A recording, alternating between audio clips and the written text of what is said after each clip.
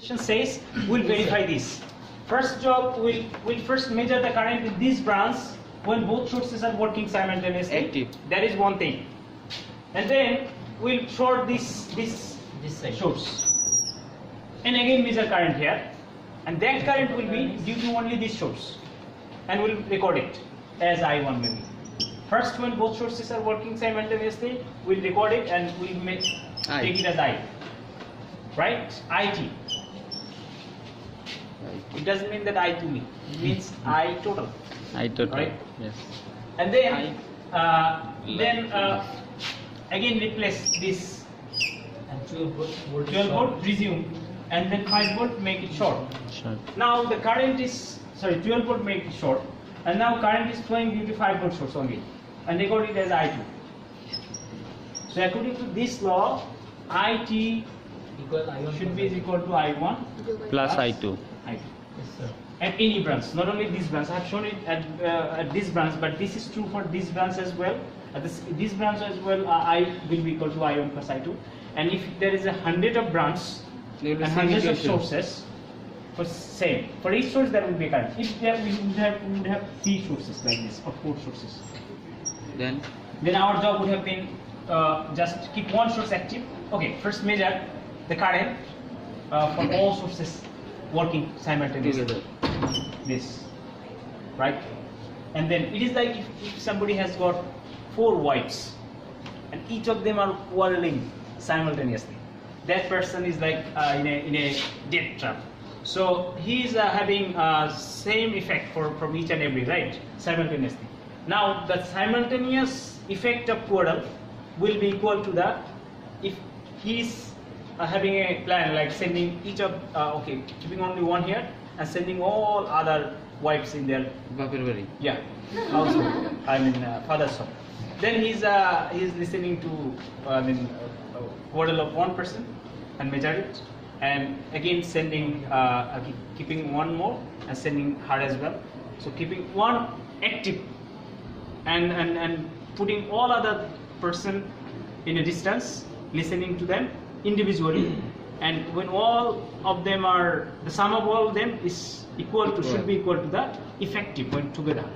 That's what it says. Okay, so for this circuit, what we will do, our job will be keeping only, okay, first record when all 4 sources are working, that is the total current IT, and then keep only this source active and rest of the source place it with the short. Now record the current in this branch, any of this branch, and again short it, resume this one. Record the current due to this source, and record the current due to that source. Individual, place the other one as short, and then the current, effective current will be equal to the current due to each of the sources, sum of the current due to each of the sources. I mean I2, I3 and I4. That is how the superposition theorem works. You understand? Yes, sir. Okay. So now I am drawing the circuit diagram for a second.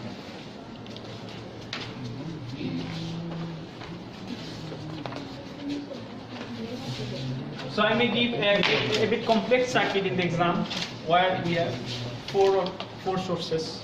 Right, in our system we have lots of sources, so I can add one more source, and at that time you have to, like, work with the same procedure. Just keep one source active. First keep all the sources active and measure current at any branch, and then individually keep just one source active and other source short. Right? Okay. So there will be 3 different segments of the board. First, this segment is for total current. So the current when both sources are working simultaneously. And do you understand this law by now? Yes, sir. Yes. I've explained this because we have covered this in the theory.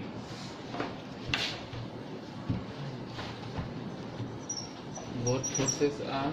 Okay, what is the spelling of simultaneously? Tell me. Simultaneously, yes. Yes, Ekotro. spelling. SY. না SI NAOUS LY Am I okay with this? Simultaneous. Yes, sir. Okay. NIOUSLY. Okay. We better get admitted to the kindergarten. Okay, listen. First thing is You can skip this one.